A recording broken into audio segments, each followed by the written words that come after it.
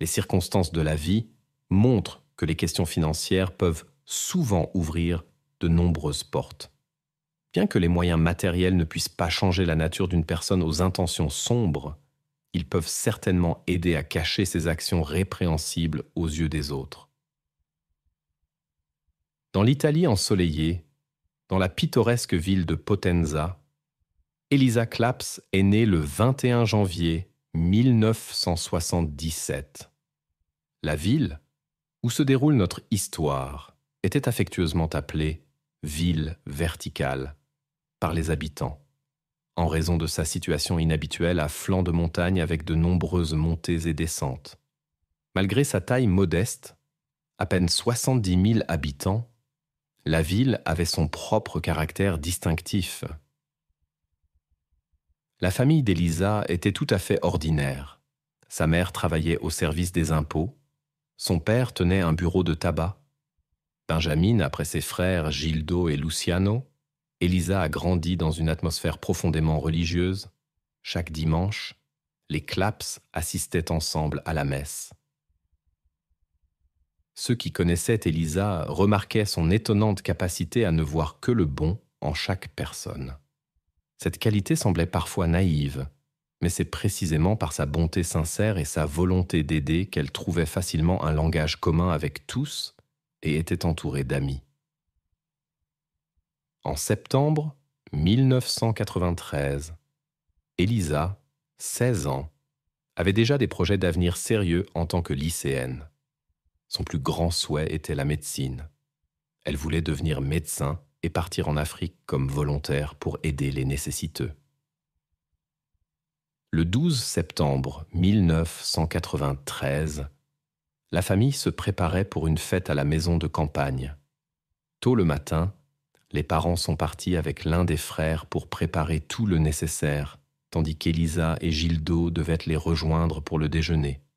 Selon la tradition, elle voulait aller à la messe à l'église de la Santissima Trinita avec son amie Eliana, qui était également invitée à la fête familiale. À 11h30, Elisa quitta la maison. Son frère attendait son retour vers 1h. Quand la sonnette retentit à l'heure convenue, il était sûr que c'était sa sœur. Mais sur le seuil, se tenait une Eliana agitée. Au début, l'amie raconta qu'elle et Elisa s'étaient perdues de vue dans la foule après la messe. L'histoire semblait étrange. Il était difficile de se manquer dans une si petite ville. Quand le frère souligna ces incohérences, Eliana changea son histoire. Il s'avéra qu'Elisa avait prévu de rencontrer un jeune homme, après quoi les amis devaient rentrer ensemble à la maison.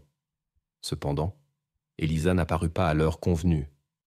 Eliana a raconté l'histoire d'un mystérieux jeune homme nommé Danila Restive. Danila est né le 3 avril 1972 dans la petite ville sicilienne d'Eris. Au milieu des années 80, sa famille a déménagé à Potenza. Son père s'était vu offrir un poste de direction à la bibliothèque municipale. Ce travail prestigieux était la raison du déménagement de toute la famille. Ses contemporains ont remarqué des traits de caractère inhabituels chez Danila. Pendant ses années d'école, il a été surpris dans des comportements inappropriés. Il espionnait secrètement ses camarades de classe féminines et tenait un journal où il consignait en détail ses observations. Sonja, la cousine de Danila, de 2 ans sa cadette, a remarqué sa réserve et ses difficultés relationnelles, particulièrement avec les filles.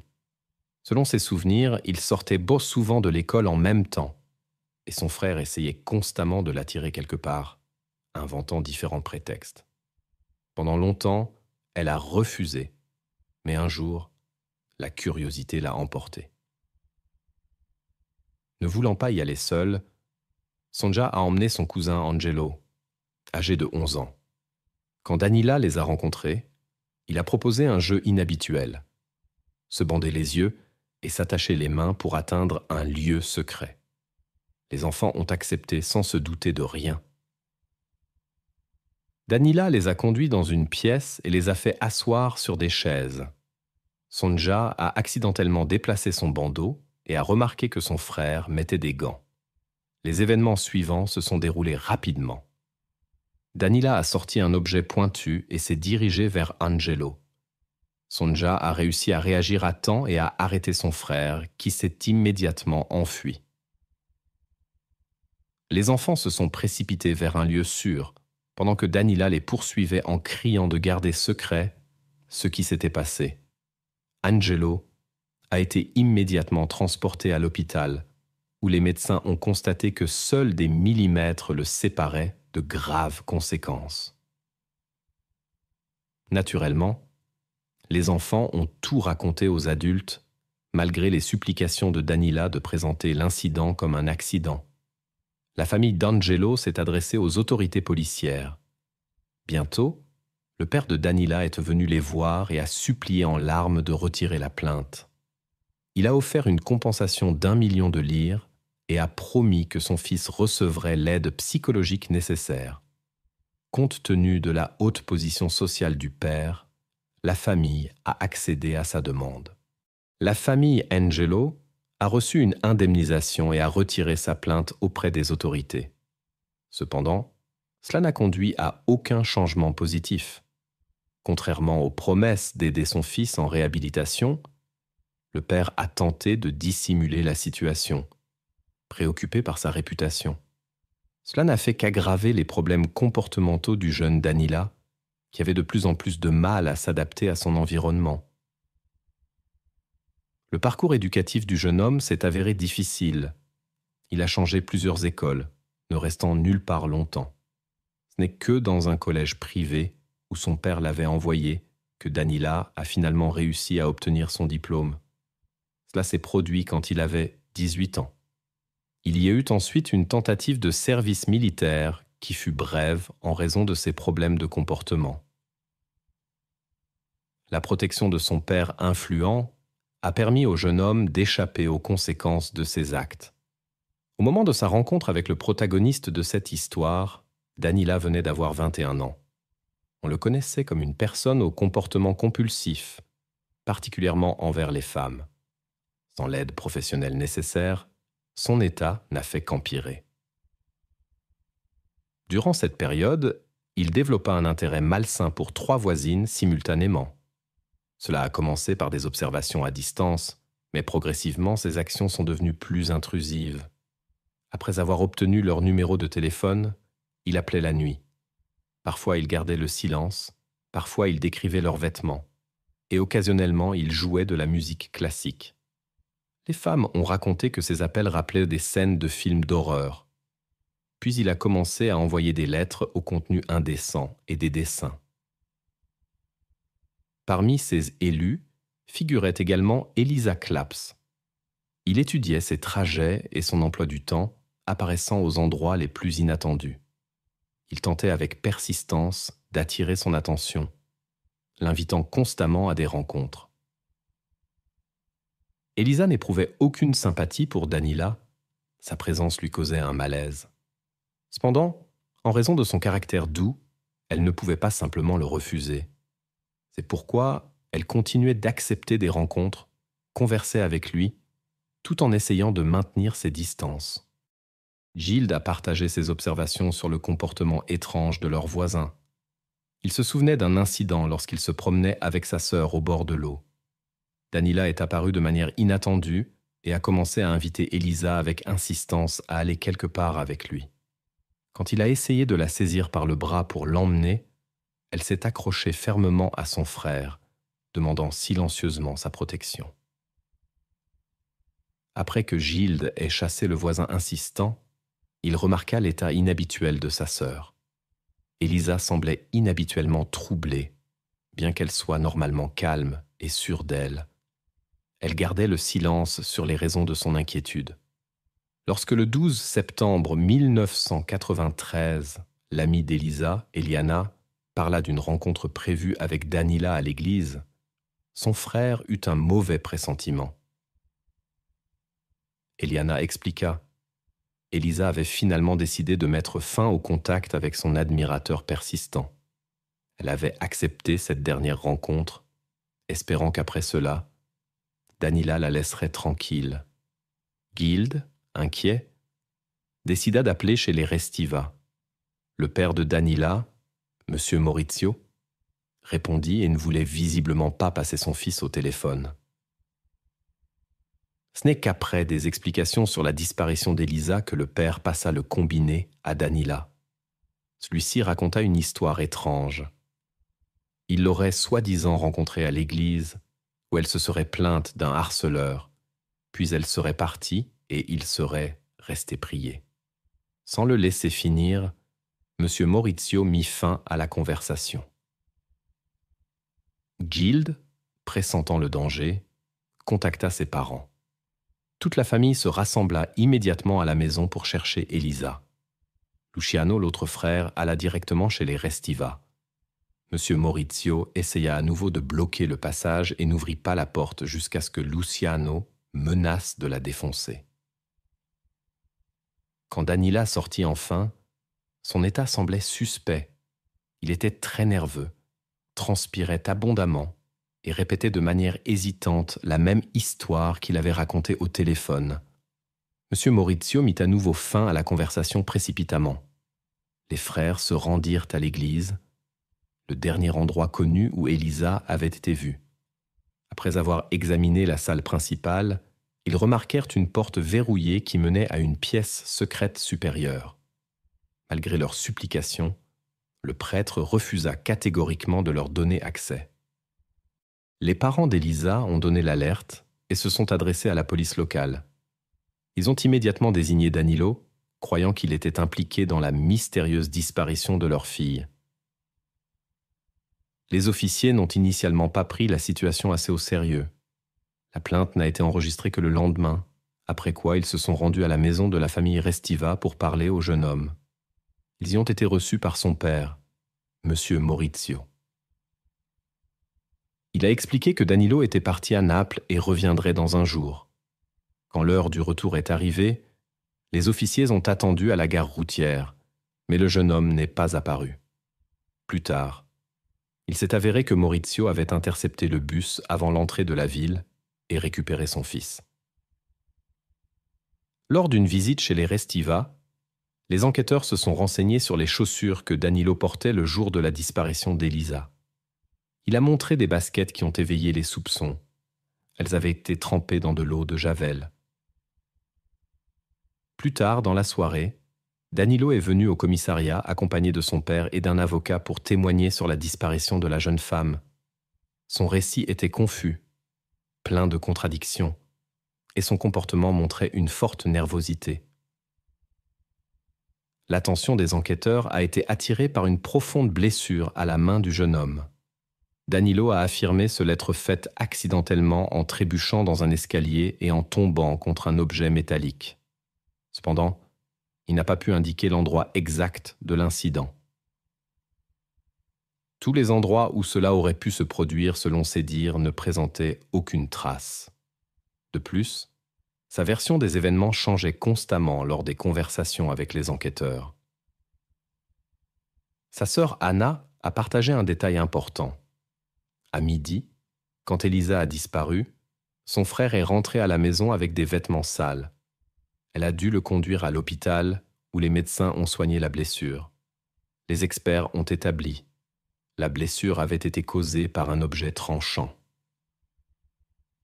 Les enquêtes ont révélé que de 11h30 à 13h00, personne ne pouvait confirmer où se trouvait Danilo. Selon Anna, la veste, la chemise et le jean de son frère étaient sales. La quantité de taches sur les vêtements ne correspondait pas à la version d'une seule coupure à la main. Au moment de l'enquête, tous les vêtements avaient déjà été lavés. Sur conseil de l'avocat, M. Maurizio a refusé de fournir les vêtements pour examen.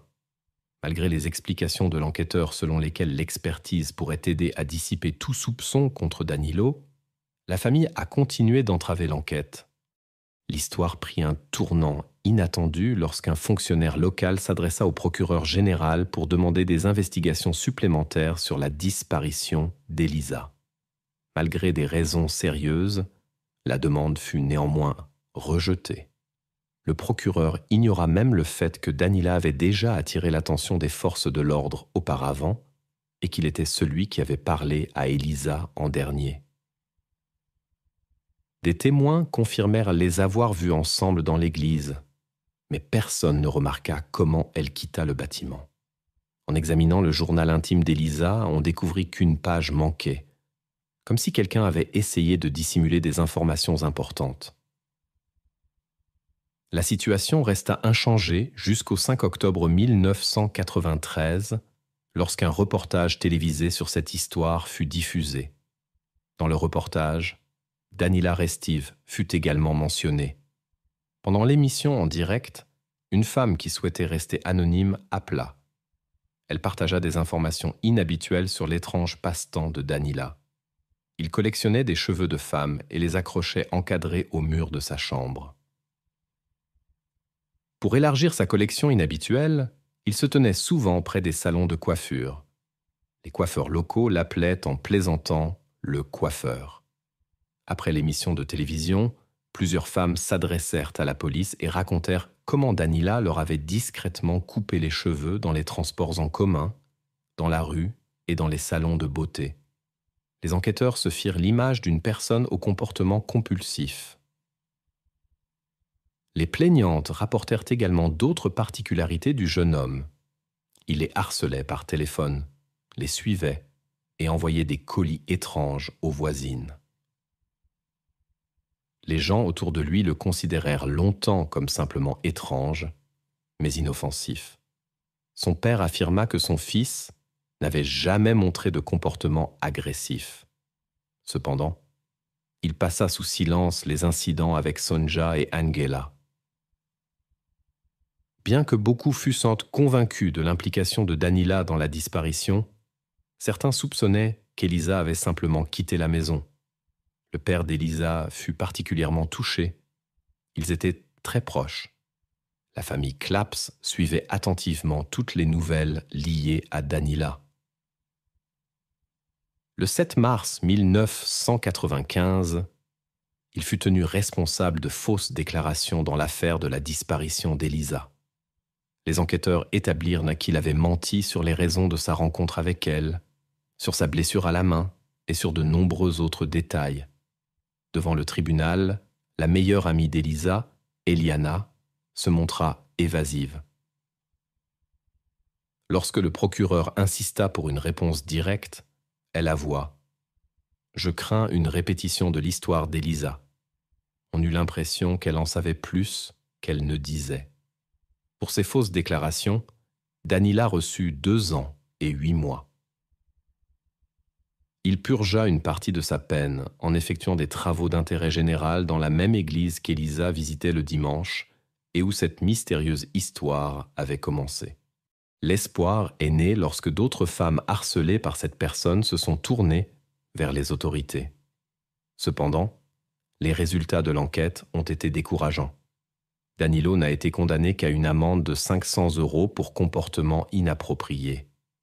Pour une famille d'une telle richesse, cette somme était insignifiante. Pendant tout ce temps, les proches des Claps n'ont pas perdu foi dans le travail des enquêteurs et espéraient une conclusion équitable de l'affaire. L'enquête semblait piétiner.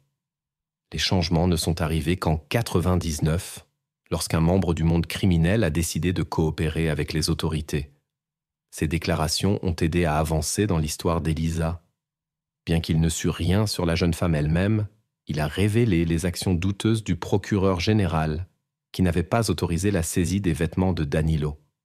Cet homme a annulé la décision après avoir reçu une rémunération de M. Moritz. Cette décision a permis d'influencer le cours de l'enquête et de la paralyser pratiquement. Bien que l'informateur ait été accusé de diffamation, ces informations ont aidé à mettre en place une nouvelle équipe d'enquêteurs pour l'affaire Elisa Claps. Le travail a dû recommencer depuis le début. Les enquêteurs ont d'abord obtenu l'autorisation de perquisitionner l'appartement du principal suspect. Des objets intéressants ont été trouvés dans la chambre du jeune homme. Ensuite, les enquêteurs se sont rendus à l'église, que personne n'avait vérifié auparavant. C'est pourtant ici que toutes les traces dans l'affaire Elisa ont disparu. Les experts avaient l'intention de vérifier cette porte que le prêtre local n'avait jamais montrée à la famille Claps.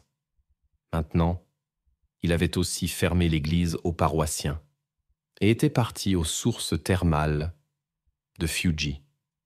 Ce prêtre était Don Domenico Sabbia. Le sacristain parlait toujours très vaguement de l'histoire d'Elisa. Beaucoup ont remarqué quelque chose d'étrange. Il mentionnait la jeune femme comme si elle n'existait plus. Il restait mystérieux pourquoi il en était si sûr. Plus tard, il s'est avéré que Don Domenico entretenait des liens étroits avec la famille de Danilo. Il a même aidé le père de Restivo lorsque celui-ci a demandé aux parents d'Angelo Lese de retirer la plainte et a participé à l'exercice de pression sur la famille de la victime. Après avoir purgé sa peine pour faux témoignage, Danilo a quitté Potenza et a commencé à voyager à travers l'Europe. Partout où il apparaissait, son comportement inhabituel se faisait remarquer. Dans chaque ville, il y avait des signalements de femmes concernant d'étranges poursuites et des tentatives de couper des cheveux. De temps en temps, il retournait chez ses parents, où il essayait de se comporter de manière ostensiblement correcte. Dans sa recherche de sa sœur, Guild a créé un site web spécial. Peu après, il a reçu un email inattendu signé du nom d'Elisa Claps. Le message disait qu'elle se trouvait supposément au Brésil, où elle était allée de son plein gré, et demandait d'arrêter les recherches. Le frère, qui ne croyait pas à l'authenticité de la lettre, décida de déterminer la source du message. Après ses propres recherches, il identifia l'expéditeur. C'était Danilo. Cette découverte ne fit que renforcer les soupçons contre cet homme. Cependant, la situation resta inchangée jusqu'au 12 novembre 2002.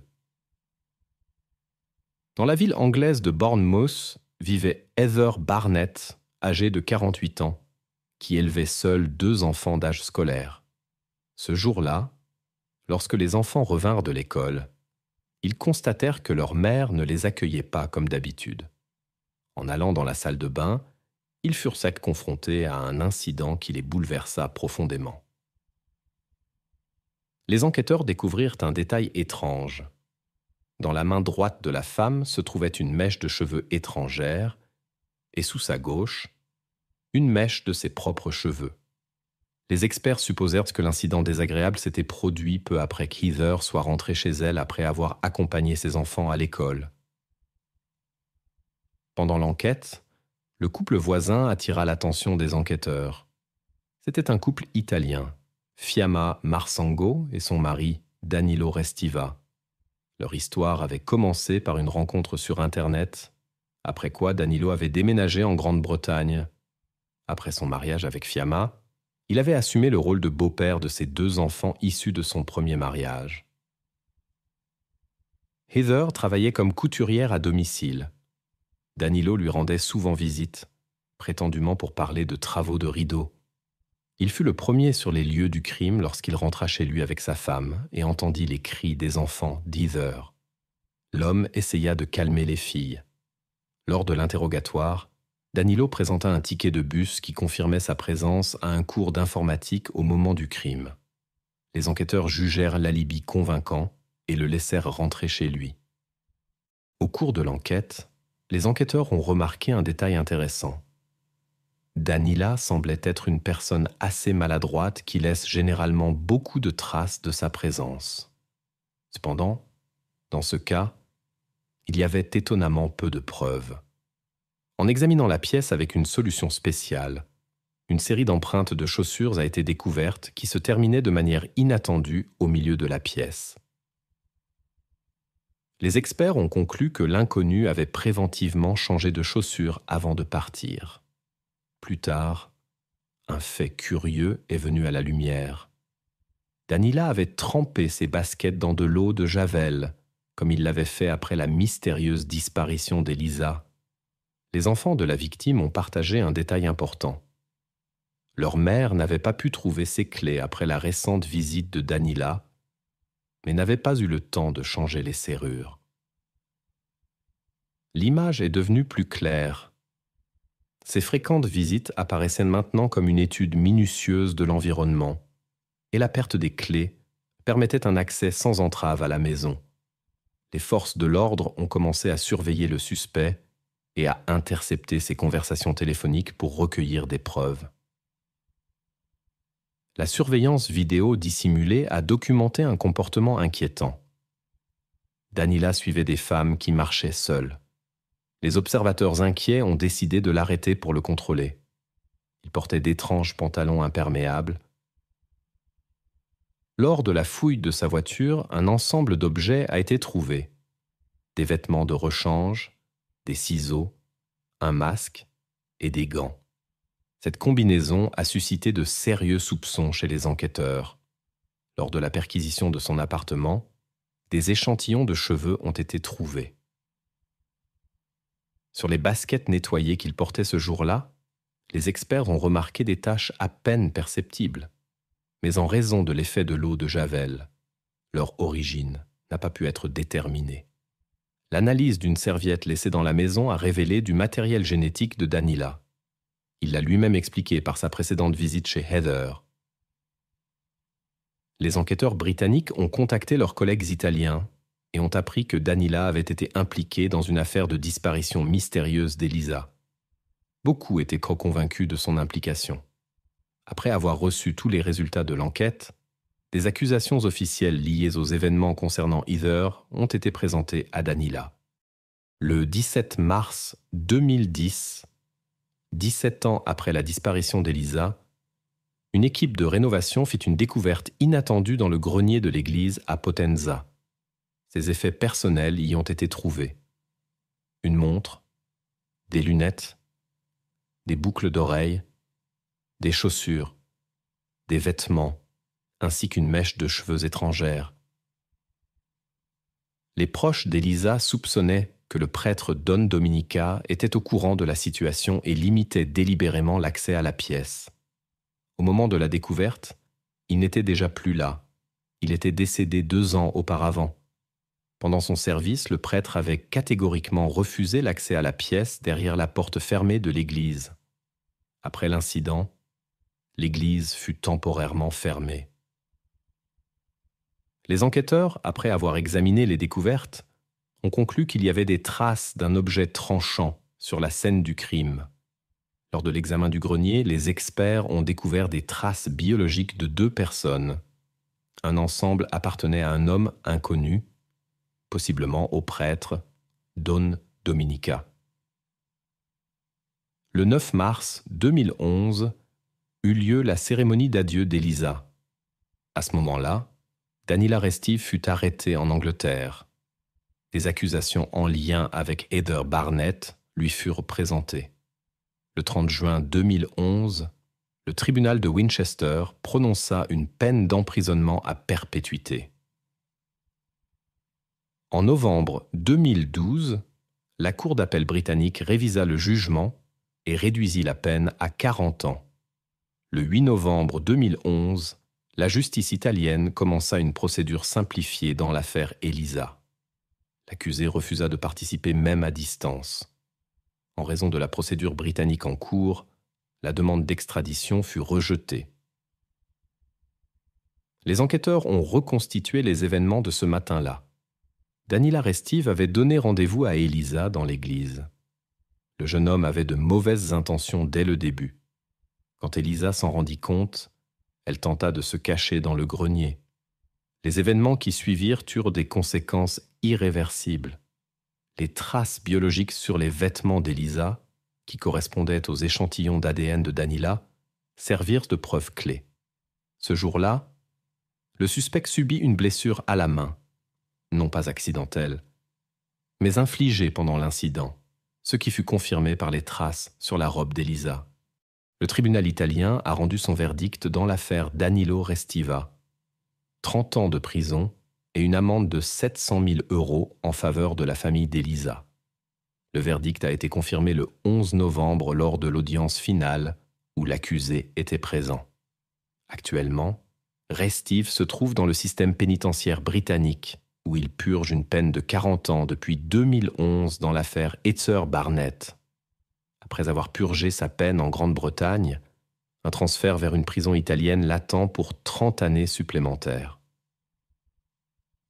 L'histoire a continué à se développer en relation avec l'enquête sur les actions des représentants de l'Église.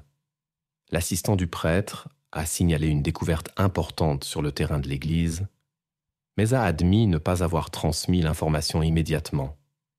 L'archevêque était occupé, et plus tard, cela a simplement été oublié.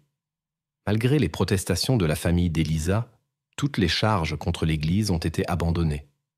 L'installation d'une plaque commémorative en l'honneur de Don Dominique, qui s'est avéré être impliqué dans la dissimulation de preuves importantes, a suscité une indignation particulière. Début novembre 2023, l'Église a repris ses activités et célébré son premier service.